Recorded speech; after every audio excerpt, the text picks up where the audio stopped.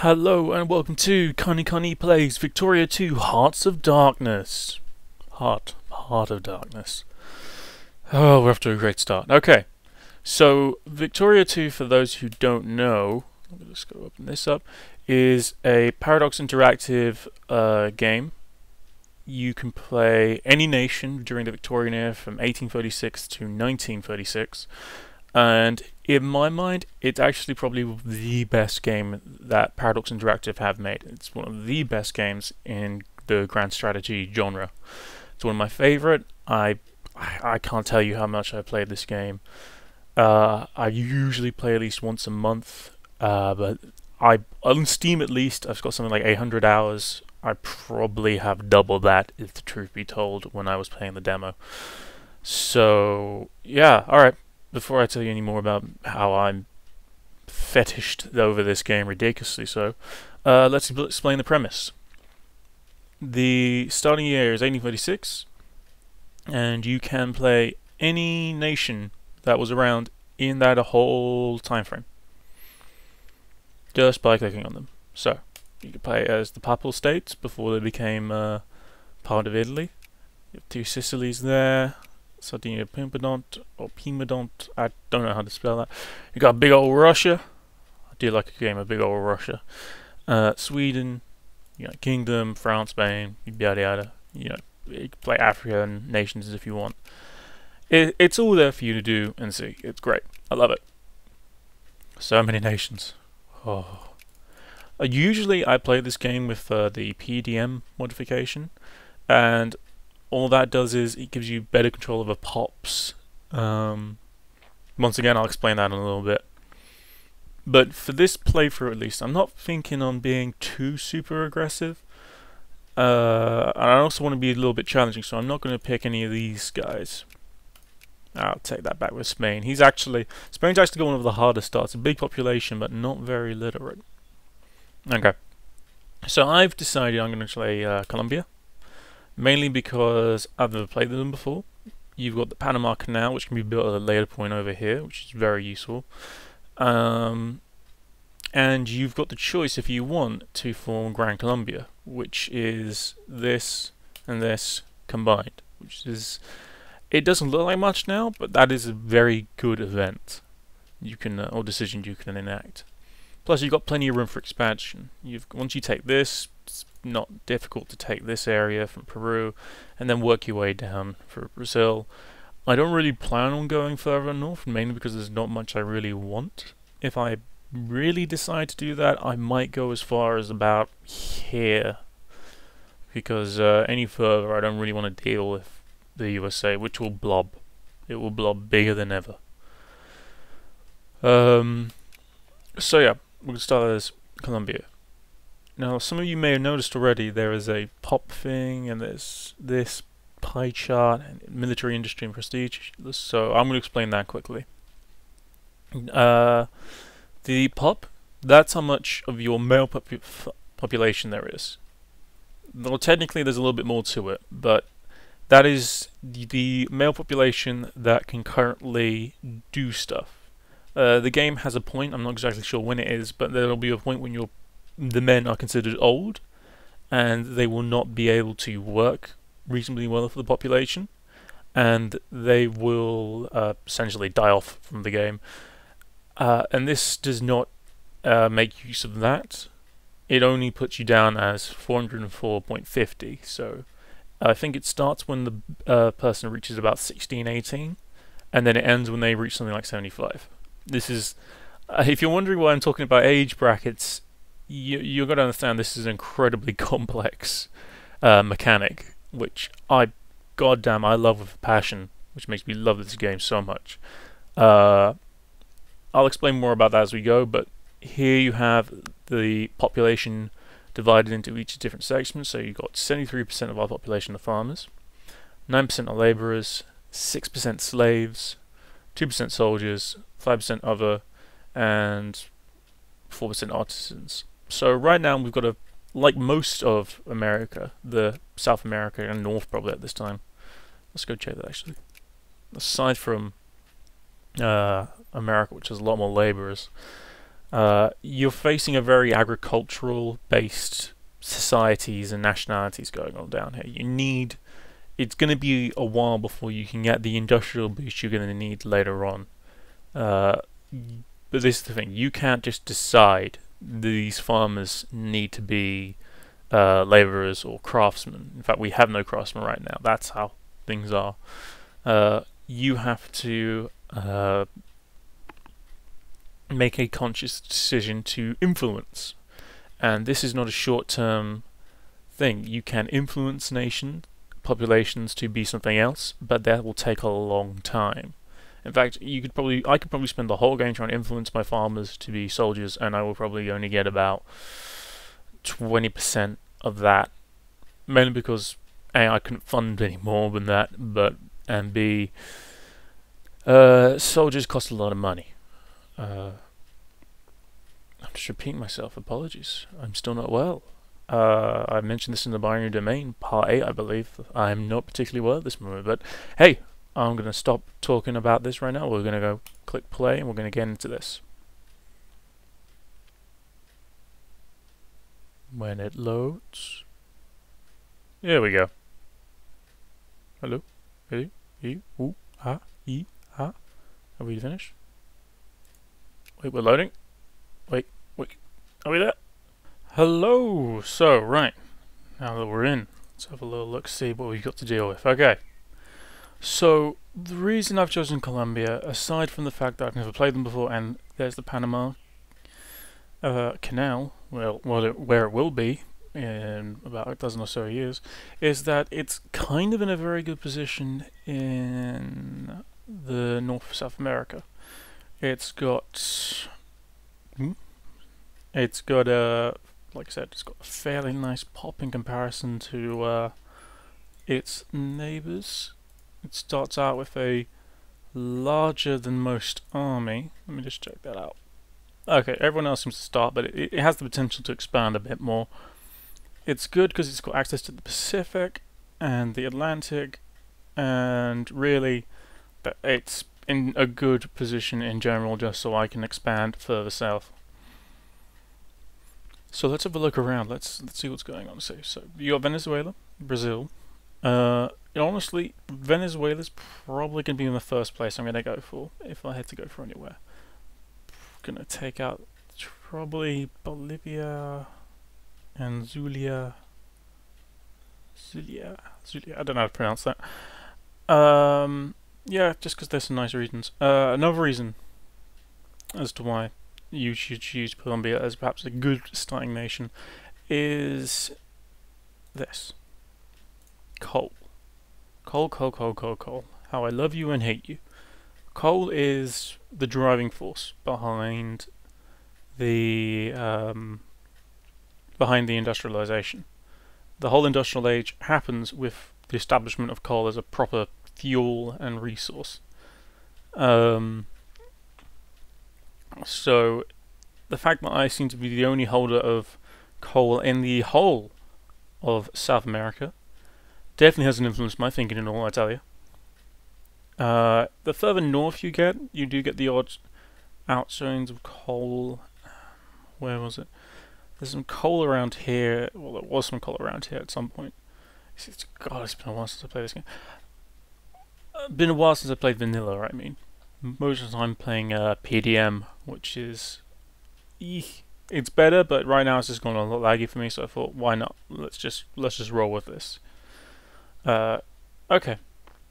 So, each province has a population. That population goes on to make your entire population. Okay.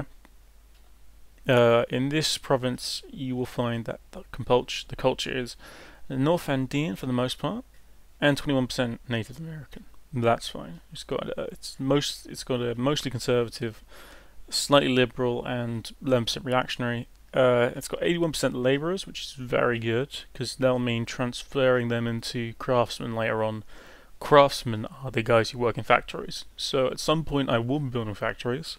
Probably not until about 1860. Only because right now tech is just so far behind in every sense of the word. It's not worth it. Do I have no leader? I have no leader right now. I'll explain more about that in the mo. Anyway, so that's the situation over here, right? So the north, fairly easy. If I just take my time and do my research, I'll explain quite easily. The only issue I may have to deal with is the USA. Now the USA is a great power.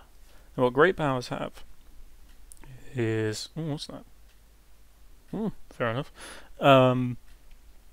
Just want to check. Afro-American is never really that large a pop further later into the game. I say further later into the game. Later into the game, the populations either become less as the main populations become bigger, or main populations with cultures that are accepted becomes bigger, and or they get assimilated. Like the Native Americans will be assimilated into my culture. On that note, my culture is North Indian. Yeah, so where was I? Okay, so Colombia's situation. Colombia is a second big fish surrounded by smaller fish. You may want me to say that Argentina is a bigger fish, and there is evidence supporting that Argentina can support a larger military at times, but it's a paper tiger. You hit it once and it loses, it will probably never recover from that. Brazil, on the other hand, is the biggest fish, and that one will recover. So if you hit it, you got to hit it hard. You got to make sure it doesn't get up again. But it should really stay secondary power at best. Probably not, as there's just not much really going on for it other than it's got a big population size. Okay, so there are 3 ranks, or there are 4 ranks of nations in this game. This is excluding the numbered rank. That one's taken from your 3 scores over here: military, industrial, and prestige. Now, the 4 ranks I'm talking about are uncivilized nations, which are Sokoto, Egypt, Najad, Hejaz, pretty much anything in the Far East. Even Japan starts off like that. You can also have this little handy toolbar which shows you this. Anything that isn't green is uncivilized. Anything which is the green lines is being held by a civilized nation but has not been turned into an actual state of that nation. I'll explain more into that later. So yeah, you can play an uncivilized nation.